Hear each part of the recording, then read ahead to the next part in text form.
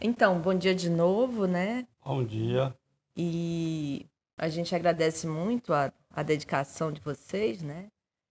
E nós vamos precisar que vocês repitam os nomes e que vocês digam que estão informados de que a gente está gravando áudio e capturando imagens, porque depois esses dados vão para o livro, né? E vão ficar disponíveis também numa plataforma virtual. E aí a gente precisa que vocês autorizem, né, ao uso da fala e das imagens.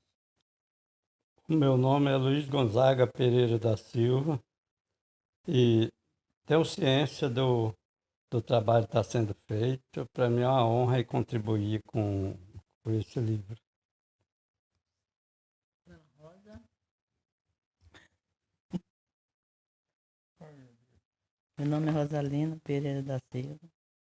Fico feliz de vocês virem aqui entrevistar a gente, né? E vamos ver se a gente possa contribuir com o que vocês querem. Né? Então, aí a gente vai tentar fazer assim, em forma de uma conversa, para ficar mais natural e a gente ficar mais à vontade. E aí, como Paulinha já explicou, nessa primeira parte, a gente quer saber assim, como que era a vida de vocês antes de vocês virem para cá, onde que era, né? De onde que vocês vieram, como foi a chegada de vocês. Mas antes da migração em si, a gente gostaria de ouvir assim, como que era antes a vida de vocês, lá de onde vocês vieram? Vocês são de onde?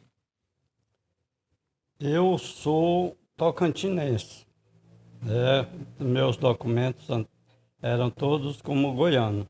Aí meu lugar virou Tocantins, né? E mudei. Mas desde adolescente morei em Goiânia.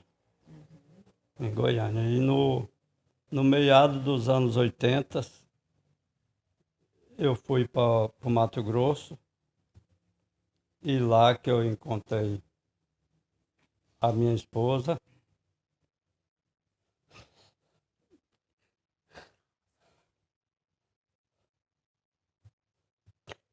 E a partir daí, como o tempo de muitas dificuldades, a gente combinou e vim embora, que meus pais já eram colonizadores aqui na Transamazônica. Aí foi então que no ano de 1985, precisamente mês de junho, nós chegamos aqui no Pará.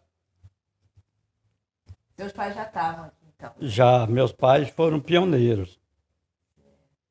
Aqui, igual a primeira usina beneficiadora de arroz que teve aqui na Vila Pacajá era do meu tio, do irmão do meu pai, que ocupou uma área de terra a- lá perto do Maracajá. E a partir dele trouxe o meu pai também. E também meu pai pegou terra, meu irmão mais velho tirou terra para ele. E como que é, Dona Rosa? Como era a vida de vocês lá, antes de vocês virem para cá? Olha, eu morava no Mato Grosso, né? Num garimpo. Mas no garimpo, mas não, nunca bamburrei, não. Só, foi só dificuldade, né? Aí eu sempre eu fazia um requinho, assim, né, para sobreviver mesmo, né? Aí foi o tempo que eu conheci ele. Você tinha Aí que idade quando vocês conheceram? eu tinha uns 30 e pouco. Aí eu fiquei conhecendo ele, né? Aí ele me chamou para o Pará. Aí eu fiquei naquela dúvida. Não sei se eu vim para o Pará, porque meu pessoal todo é de lá, né? Aí eu falei assim, quer saber? Eu vou. Aí eu vim aqui para o Pará, mas Tinha quanto tempo vocês estavam casados quando vocês tinha um vieram? ano. Um ano, Um né? ano. Já tinha um primeiro menino já? Já, os meus filhos não é filho dele, não. Ah, só do Não, quando eu coração, conheci né? ele já Uhum. tinha. Todos três. Todos três. É. Acho que foi isso porque ele chorou agora. De arrependimento. Mas aí eu cheguei aqui no Pará e aí fui morar na roça em 85. Uhum. Quando foi em 86, o Gonzaga já começou essa caminhada dele, né? Aí nos sindicatos. Sindicato, Uhum. fundação, essas coisas, né? Igreja, né? Que ele é muito ligado à igreja. E quando Agora- vocês. Agora ele deixou de ir na igreja agora. E quando Mas vocês foi chegaram isso. aqui, Rosa, com vocês dois, com 3 meninos, com 3 crianças, como é que foi essa chegada aqui? Como é que foi a vida, moradia, trabalho, saúde, educação? Como é que era isso aqui? Opa, para mim foi muito difícil, né? Porque eu não conhecia o pessoal dele, né? E aí eu tinha 3 filhos. Eu não era bem vista, né? Na família dele, né? Que a mãe dele falava que o Gonzaga passou muito tempo fora de mim. No dia que veio, trouxe uma velha, né? Com 3 filhos. Isso me dava muita tristeza. Mas a gente vai aguentando, né? Aguentando. Tudo que eu ouvia, né? Eu não participava para ele, né? Porque eu não ia pôr ele contra a família dele, né? Aí eu falei assim, mas um dia eu falo. Um dia eu vou falar, porque tudo que eu sinto. E aí, escola. Tinha uma escolinha lá da Dileuza, né? Começou indo para o colégio, a Érica, mais o Macalé. O Saulo era pequenininho, né? E aí, é isso. Eu não Foi tenho dif- muito o que falar, não, viu, Bola? É isso mesmo, viu? Foi difícil, então. Mas eu falo pra você que foi difícil, não foi fácil, não. Né? Tá Logo certo. ele adoeceu de malária. Teve várias malárias, né, o Gonzaga? Aham, e eu também adoeci. Também, o meu filho também, o Macalé, que era pequeno, também adoeceu. Foi difícil, Paulo. Eu já criar asa e ia voar. Ia me embora, né, pro Mato Grosso de novo. Mas a gente foi aguentando, e aqui nós estamos, né? As outras pessoas que a gente entrevista, Rosa, eles sempre se queixam, assim, disso que você falou, né, de saúde, educação, se queixam da malária, se queixam também do P1, eu não sei se vocês enfrentaram isso, Não, no P1 aqui, não. e do isolamento também durante o inverno, que a estrada era muito ruim Ah, e não tinha como chegar num lugar para cuidar da saúde, enfim. Então, são várias queixas assim também. sim. Isso também vocês sentiam aqui? Isso nós enfrentamos. Estrada ruim. Eu morava lá no 220. Aí, quando eu saí da casa do pai dele, né? Que ele arrumou um lote lá pro 220, nós mudamos para lá. E aí foi a dificuldade. Que ele só viajando e eu ficava na casa, só eu mais meus filhos, né? Eu passou muita dificuldade. E aí eu tinha uma comadre, que ela tinha muito pé de café, né? Aí ela falou assim, comadre, vamos pisar vamos colher uns cafés para nós vender no Maracajá. Aí nós ia. Teve que nós ia a pé. Tem vez não, que nós ia a pé. E era E quantos vinha. quilômetros isso? Quanto que era, nós 12? 22 a pé levando café para vender. Sim. Aí a gente comprava o óleo, comprava o sabão, né? E era difícil demais, né? E tem vezes que nós dormíamos na estrada que não dava para conta de chegar porque nós estávamos muito cansados, né? E carro não tinha, quase moto não tinha, né? E Dormia na estrada, dormia na casa de alguém. assim, na casa dos conhecidos, né? No caminho, né? E é isso. E aí, E as informações que vocês tinham sobre o lugar daqui era da família, né? Que já estava para cá. Seu pai veio em que época, Gonzaga? Em 75, nós chegamos em 85, tinha 10 anos que meu pai já morava aí, aqui na Transamazônica. Foi em 1975. E o que o senhor ouvia falar daqui?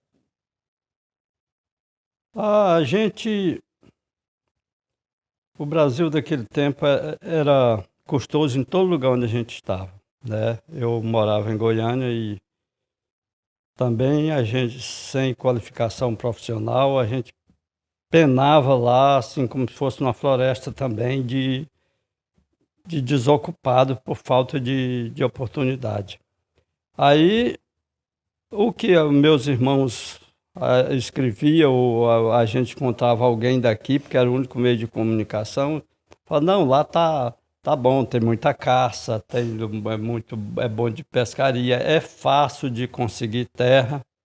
Aí lá para onde eu morava era muito difícil. Tanto onde eu morava, depois fui lá no Mato Grosso. Quem conseguia lá ter seus 5 alqueires de terra era um felizardo. Aí eu, com essa possibilidade de eu vir ter uma terra aqui e virar um fazendeiro, era muito grande a expectativa. Aí foi isso que, além da família que já morava aqui, né? A gente é uma família que é bastante unida e aí a gente falou, não, vamos lá para perto deles, sabe? Tem uma oportunidade de a gente comprar a nossa terra. E quando os seus pais já vieram pelo INCRA e tiveram acesso à terra, mas você já teve que comprar, ou todo mundo teve que comprar? Não, meu pai, como tinha um irmão dele que morava em Anápolis, tinha melhor condição financeira do que o meu pai.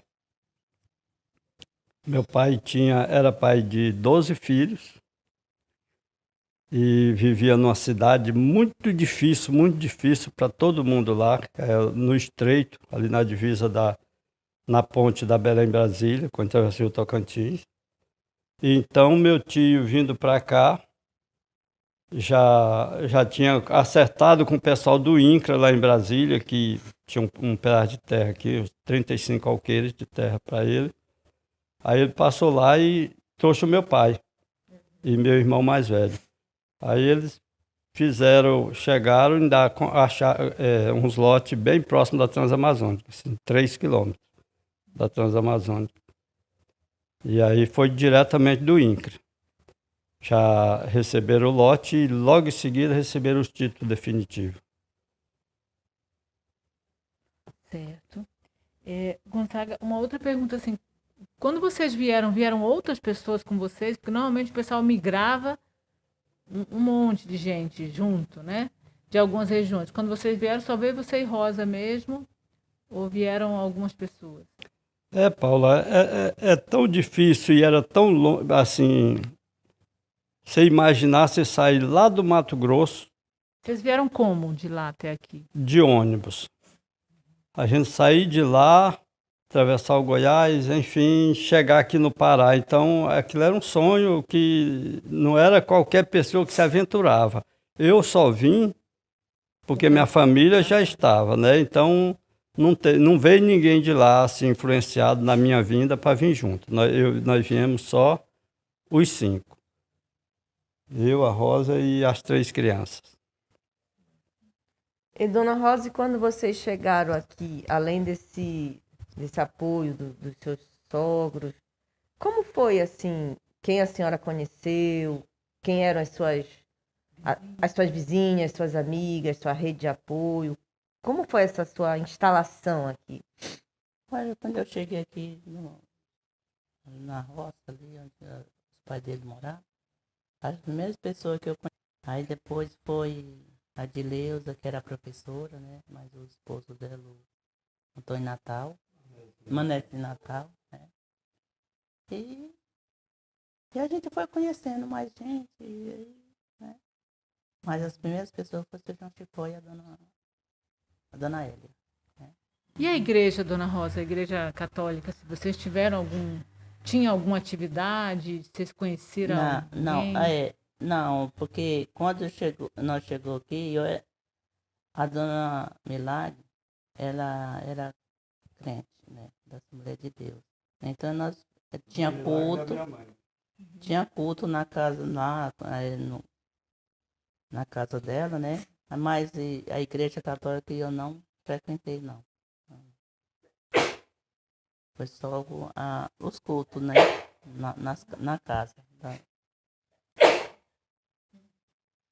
E Gonzaga, e aí como foi, assim, a tua inserção no movimento? Quem que te convidou?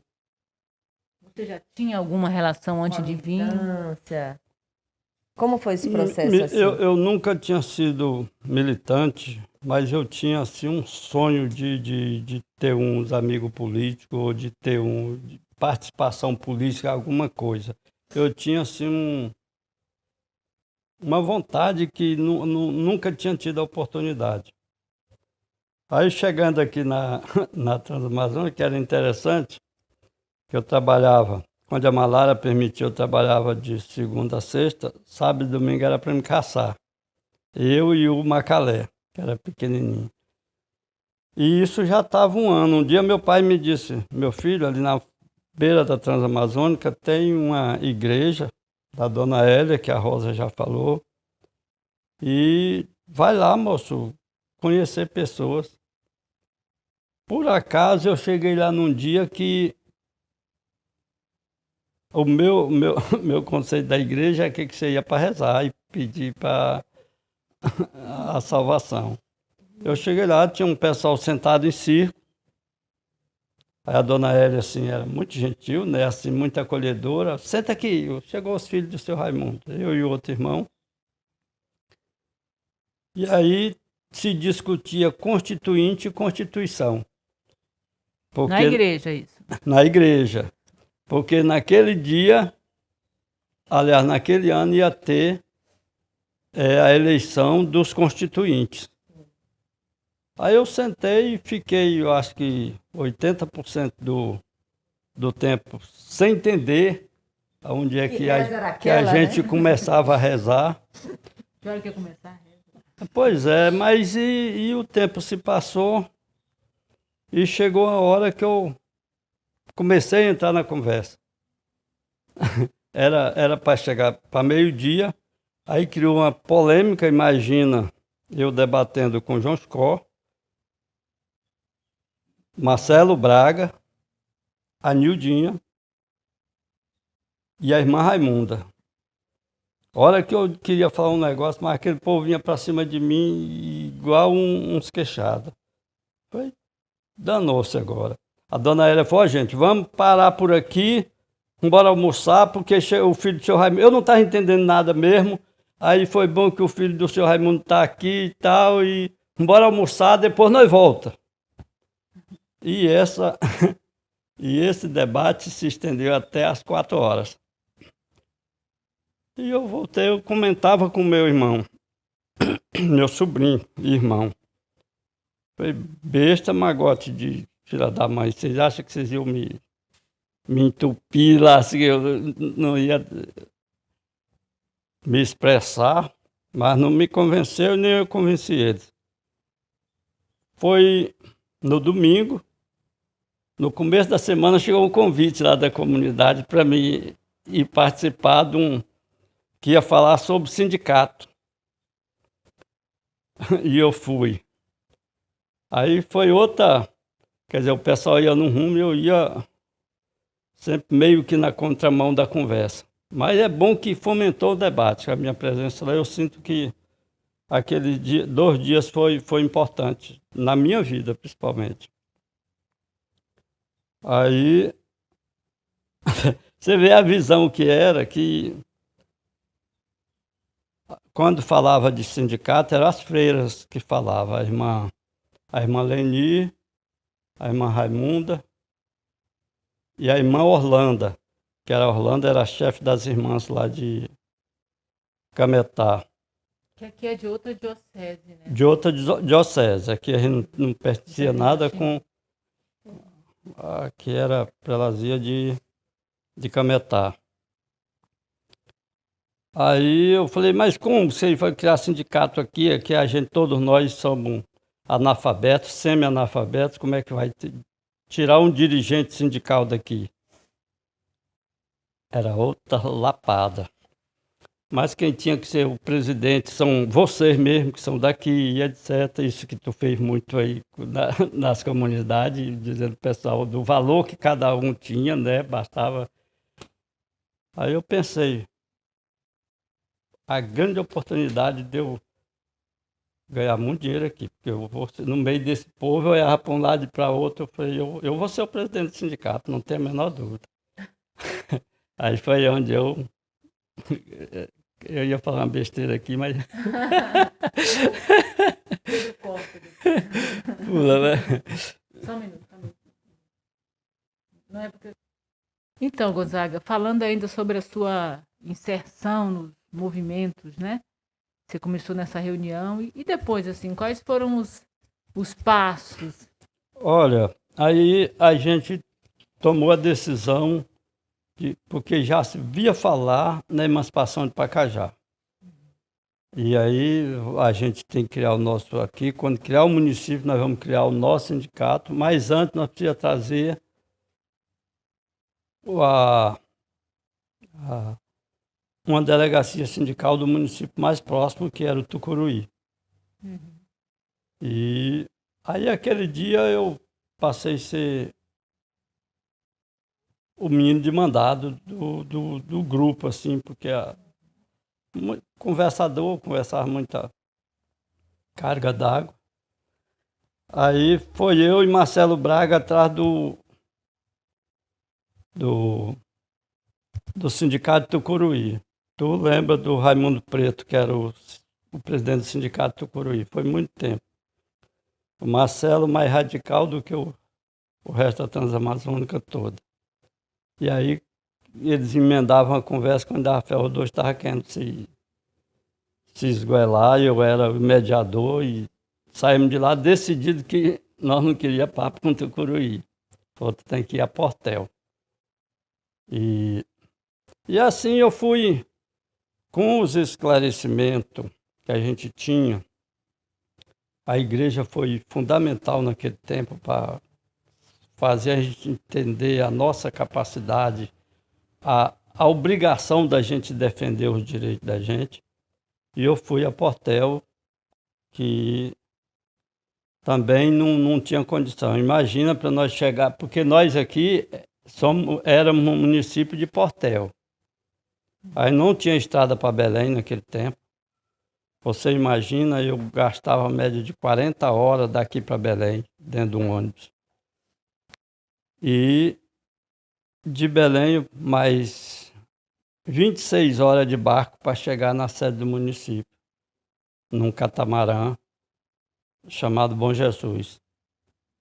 Então, a gente ia porque aquilo foi somando para mim conhecimento também. Foi uma escola que foi muito interessante, mas lá o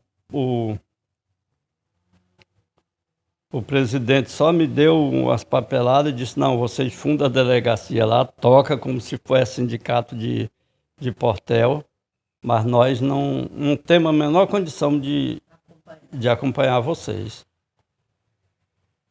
E o que... Pode falar. E aí a gente ficou aqui, não era nenhuma coisa nem outra.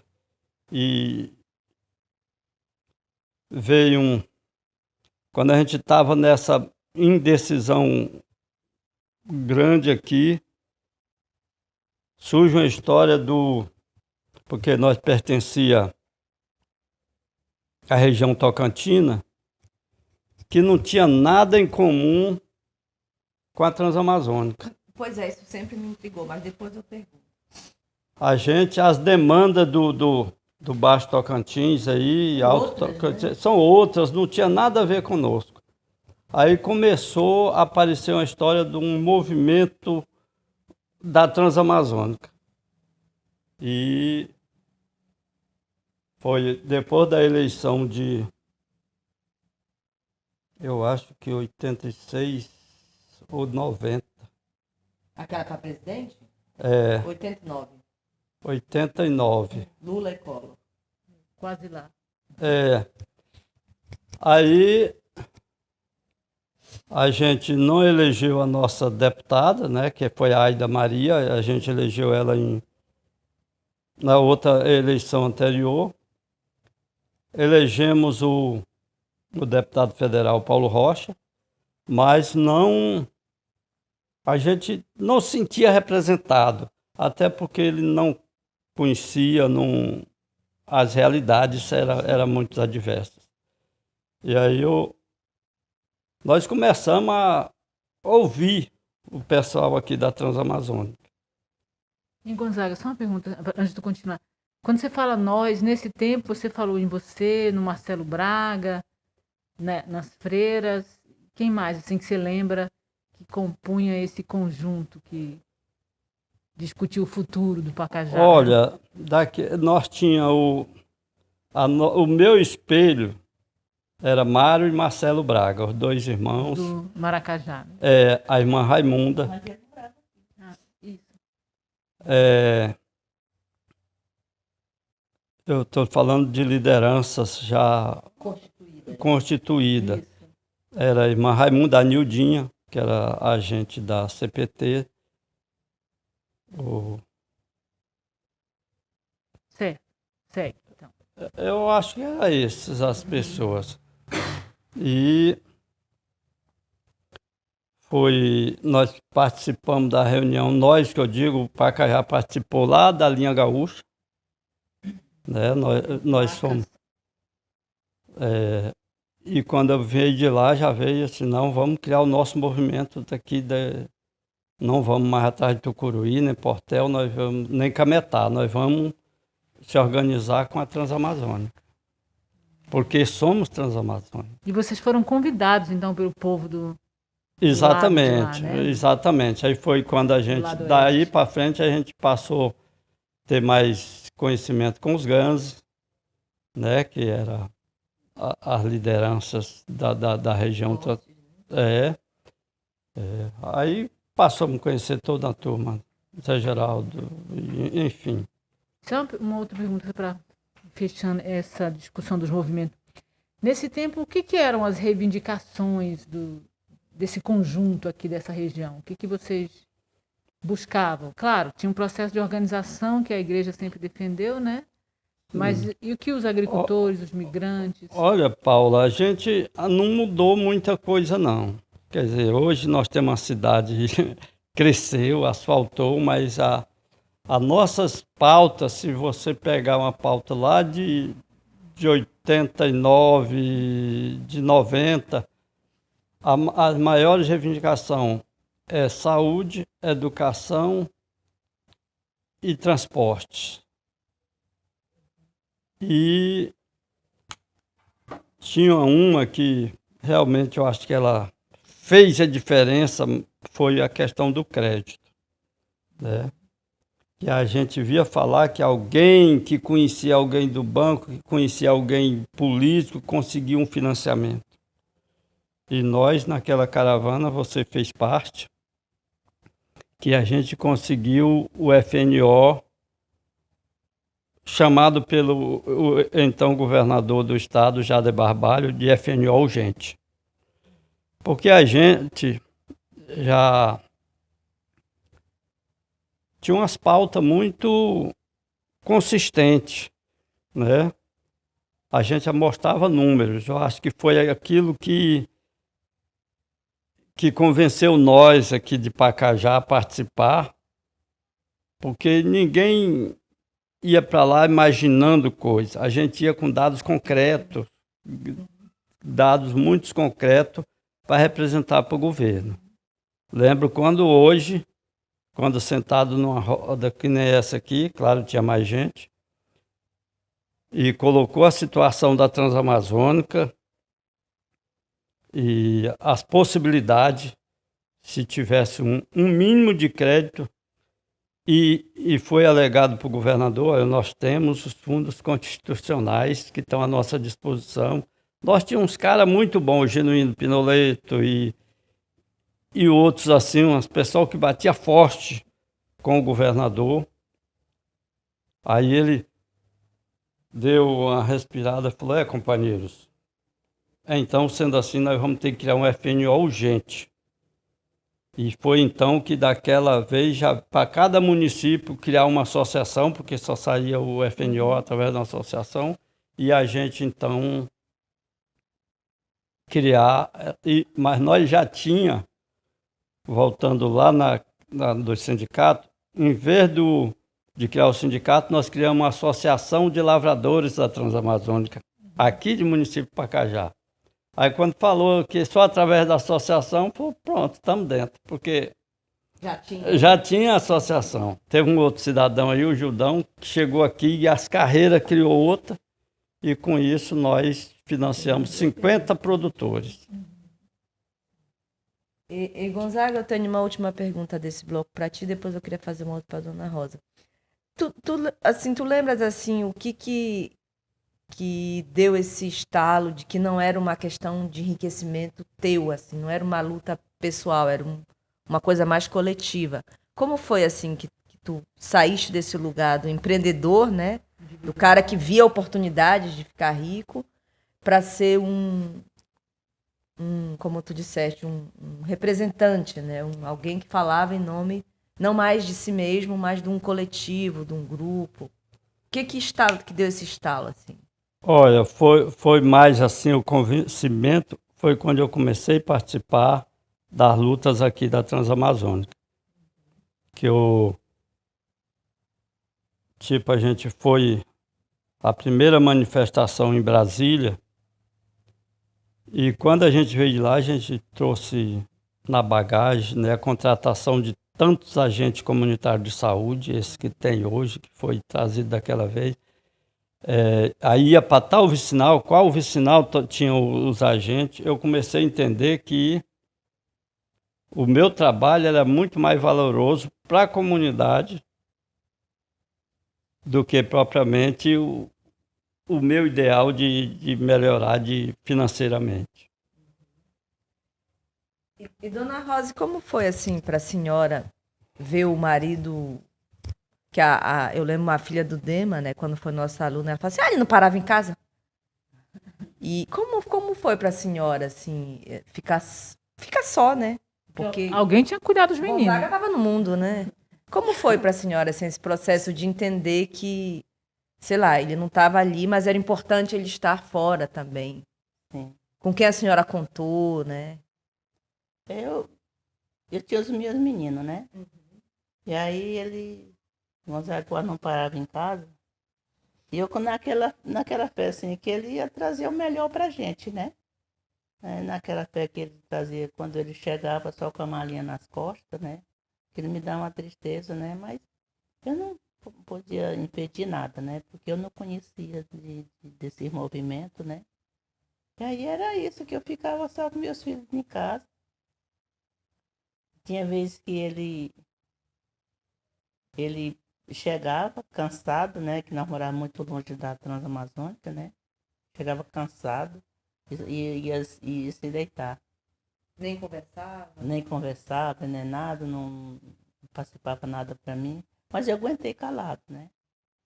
Eu aguentei calado, assim, não, mas um dia melhora, né? Um dia vai melhorar. Né?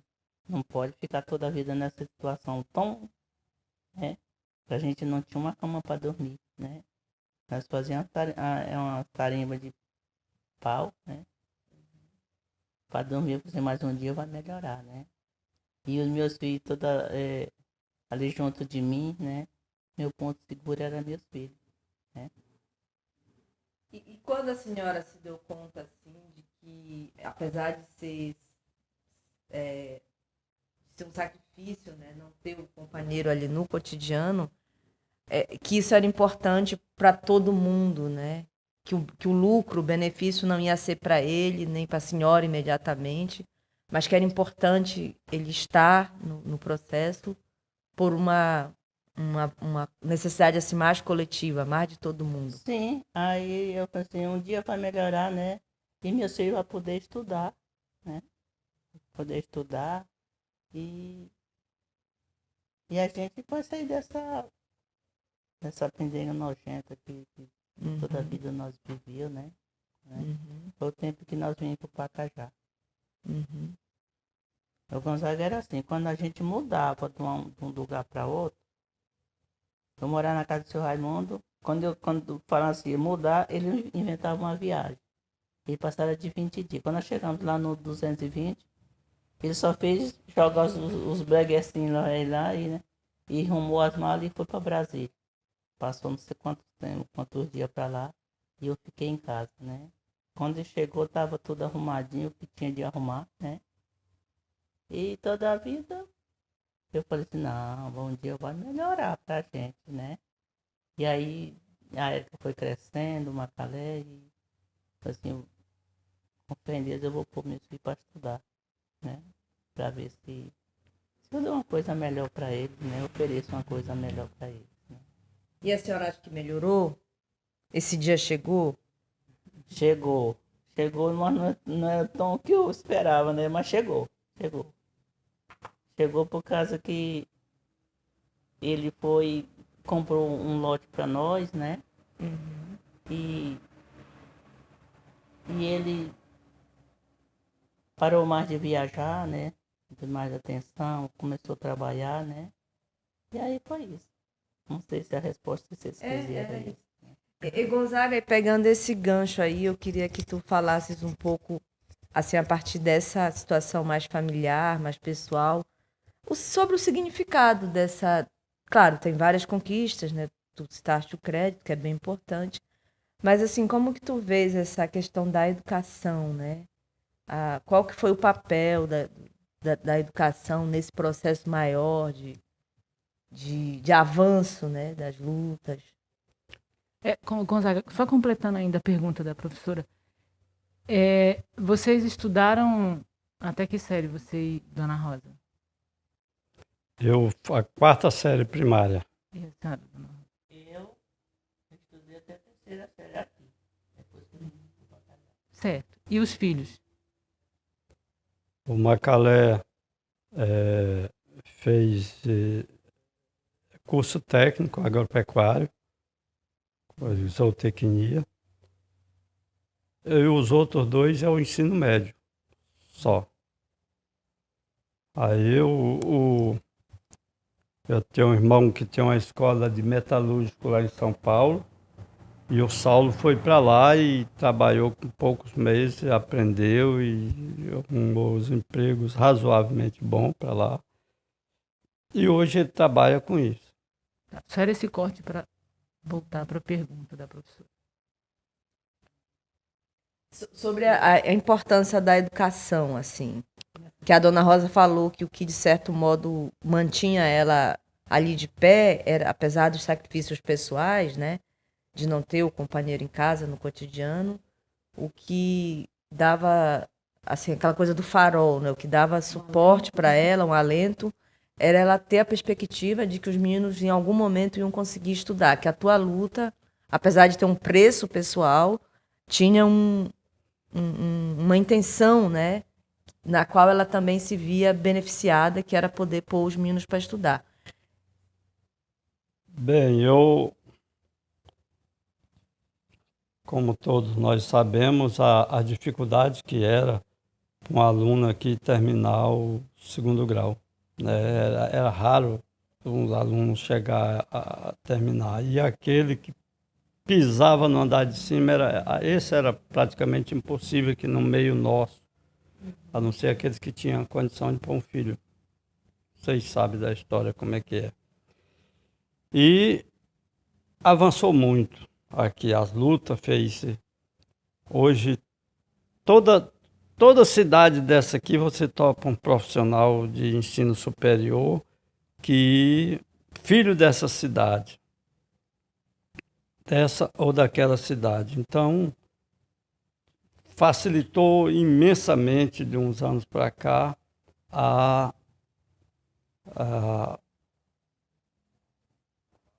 como se diz, o alcance desse alunato a ensino superior. Porque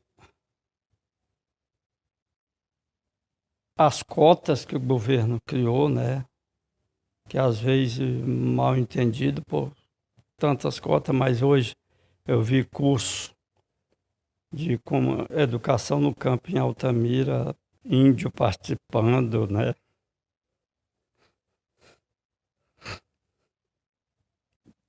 E do Pronera? Que lembrança você tem do Pronera? Lembra quando eu cheguei pra cá, uma menininha? Tá? Mas o Pronera, eu sinto que foi um programa que precisa ser resgatado, porque por mais que avançou, ainda tem muita gente sem oportunidade de estudo que Tem uma demanda reprimida ainda. Exatamente, existe. Lembro eu e Chiquinho da Anapu fomos para Brasília reivindicar uma série de coisas.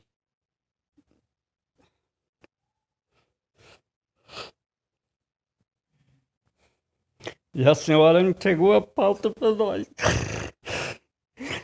que era do Pronera. Foi um momento que me senti muito importante, quando cheguei no gabinete da senadora Ana Júlia, e ela disse, nós vamos no INCRA. E chegando no INCRA, nós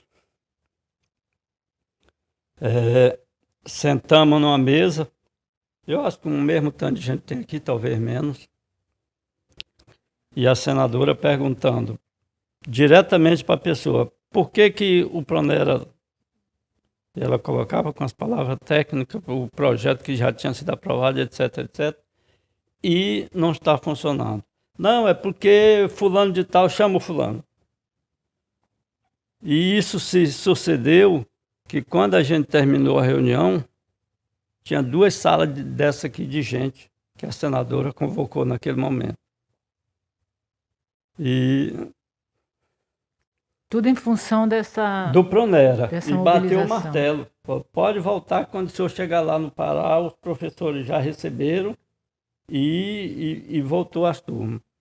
Foi quando eu recebi, eu acho que foi da senhora a ligação. E aí, o que deu? E aí você deu a notícia boa. Para mim foi uma das melhores notícias que eu já...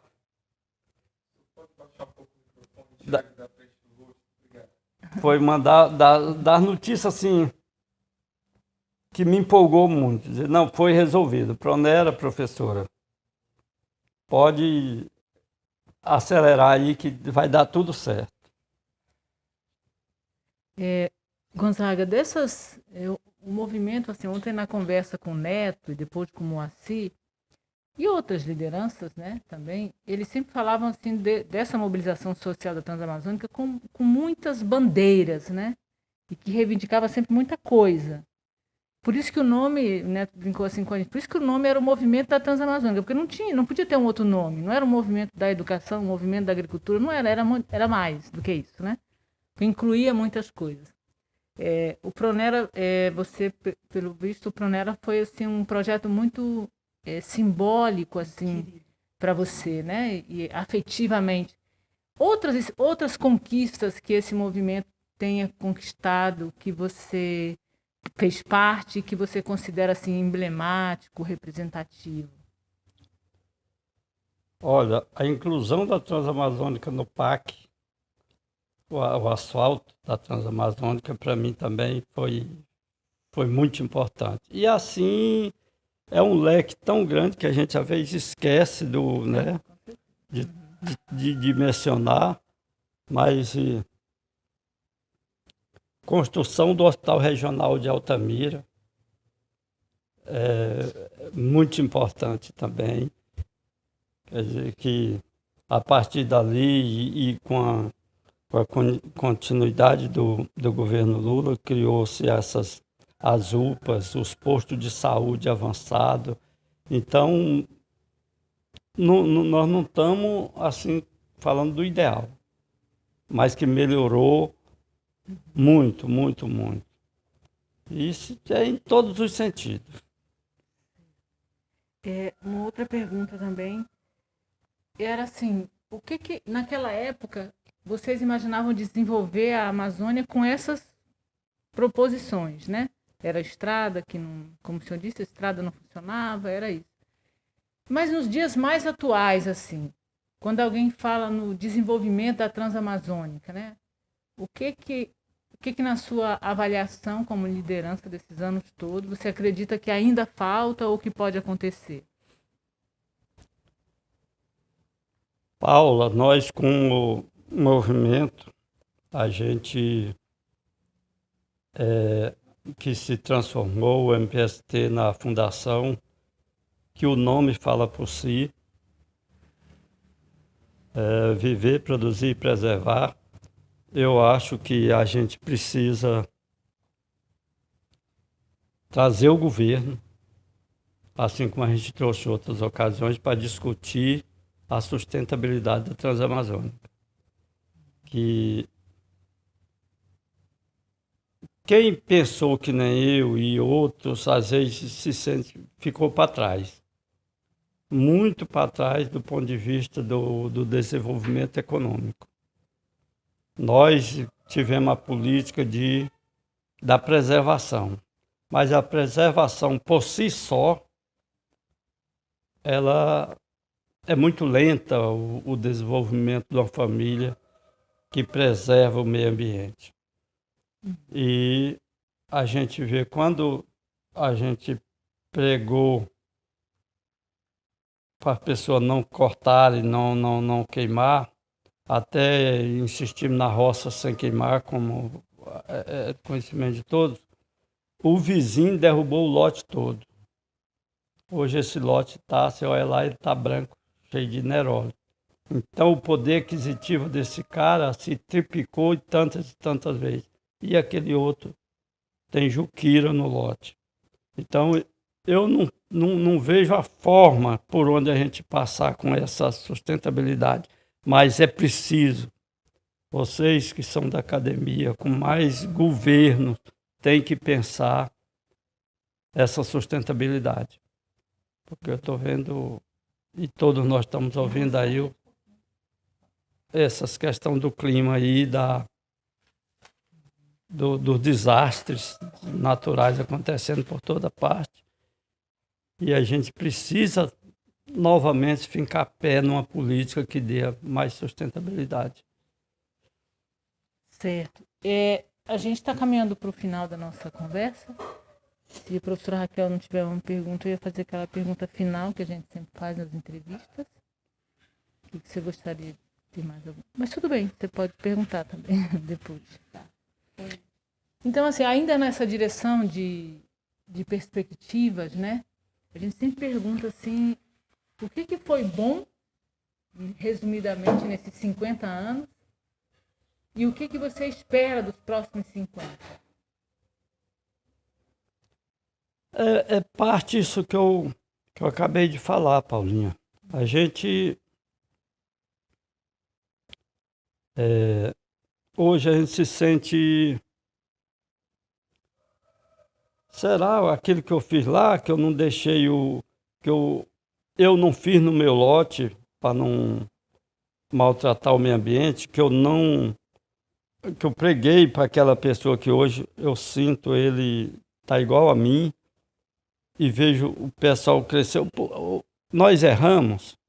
Se tantas vozes falam que o meio ambiente é necessário, a gente não pode destruir, e aí eu me sinto assim meio numa encruzilhada.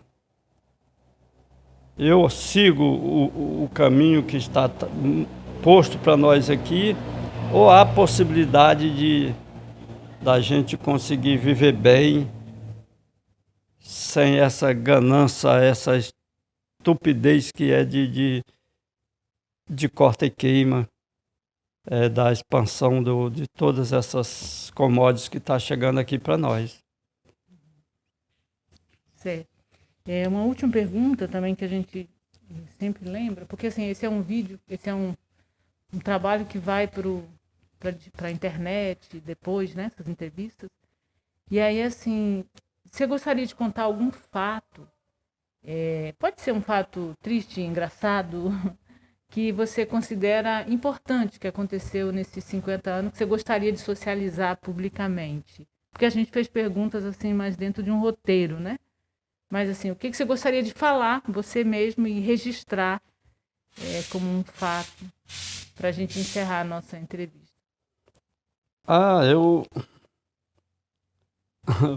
Foi duas coisas interessantes, que, como eu falei, eu terminei com a retirada dos Bragas que foram por repartimento, a irmã Raimunda hoje está em Manaus, teve um momento que eu me sentia o porta-voz do Pacajá na comunidade dos movimentos. Eu cheguei com 2 notícias. Da roça sem queimar, gargalhada para todo mundo, e a gente provou que Vai dá produzir, certo. né? Depois vai rocinhas pequenas, mas deu certo. E outra coisa foi a Casa Familiar Rural, que eu falei, olha, tem uma escola, chegou um pessoal da França agora, França e Holanda, uns companheiros nossos aí, que foi para lá, Demas, Zé Geraldo e tal, e estão falando de uma Casa Familiar Rural. Aí a gente já fica imaginando os custos de uma casa dessa, mas o pessoal disse que é possível. Aí eu dava uma notícia dessa, aliás, foram 3 notícias. Foi da roça sem queimar, da casa e da possibilidade de uma rádio aqui no município. Uma rádio comunitária. A rádio comunitária, que ninguém acreditava. Eu falando porque eu sabia que das vezes que a gente reivindicou as coisas, aconteceram. Mas aqui ninguém acreditava. E a gente tornou realidade a segunda casa. Né? Eu vi na inauguração. A segunda casa, né? Foi a Leni Trevisan lá e nós aqui no Pacajá. 98. Na igreja, na chácara da igreja. Então, isso para mim foi momentos assim, de muita a realização desse sonho. E inovador, né? Porque, assim, estradas vicinais, saúde, são acesso a políticas públicas. Esses 3 exemplos que você deu são proposições do movimento, né? Exatamente. Na casa, na roça sem fogo e rádios comunitárias, porque os meios de comunicação dominados pelos grandes, né? Então, assim, o movimento ousou 3 propostas e você foi o porta-voz no Grande Pacajá de tudo isso. Exatamente. Mais alguma pergunta, professora Raquel Lopes? Não, depois eu vou dar umas notícias boas para ele. Gonzaga, querido, se você tiver mais alguma coisa que você queira falar. Não, tá contemplado? Tá assim. Então a gente queria te agradecer muito por essa entrevista, por essa fala de coisas tão valiosas. A gente não explorou muito alguns elementos, assim, tipo movimento, porque também a gente já entrevistou isso para outras pessoas. E também a gente queria que você falasse um pouco disso aqui, do Pacajá, né? Dessa vida de vocês aqui. E é isso. Muitíssimo obrigada. Viu? Eu estou sempre às ordens.